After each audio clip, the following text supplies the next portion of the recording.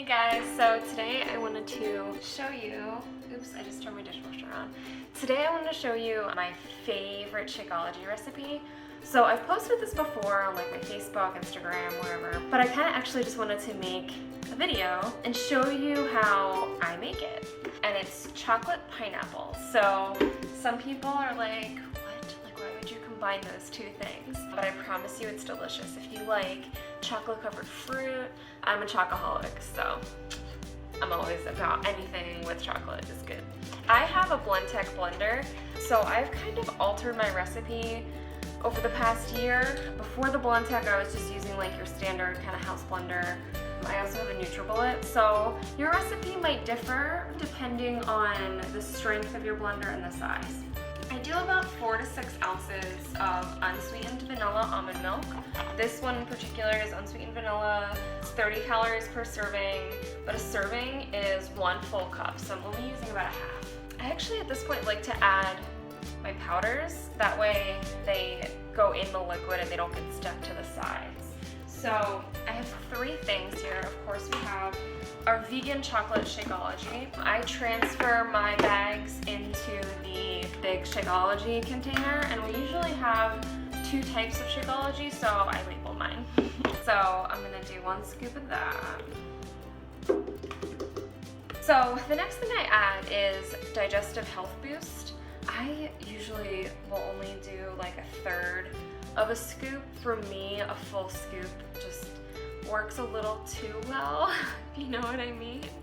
But what I try to do is on the weekend, so gotta be honest, 2 nights ago I had pizza for dinner and last night I had a burger. And while they were really delicious, I needed to clean my system. So today I'm actually gonna do a full scoop. So the next thing I have is Focused Energy. Find the scoop. It's a lot easier than finding the scoop in my Shakeology when it comes. So I'm gonna do 1 scoop of the Focused Energy Shakeology Boost. If you have your Shakeology at night, like kind of for dinner or for dessert, I wouldn't recommend adding the Focused Energy, but for me, I have my Shakeology in the morning, so that actually helps replace my morning coffee. So the next thing I add is about a green of frozen kale. Now this is actually something different I'm trying for you guys today. I need to get more greens in my day, so I wanted to add this to my shake and see how it changes the flavor. So then we have a purple of frozen pineapple. I buy this in a really big bag from my local grocery store, but I've also seen it in little bags. But for me, I eat it so much, I usually get like 2 big bags. And then I add about 6 ice cubes.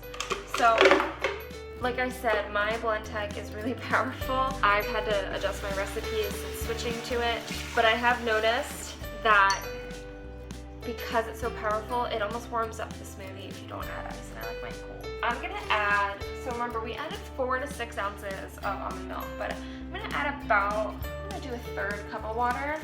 Actually, that's more like 1/4, but that's okay.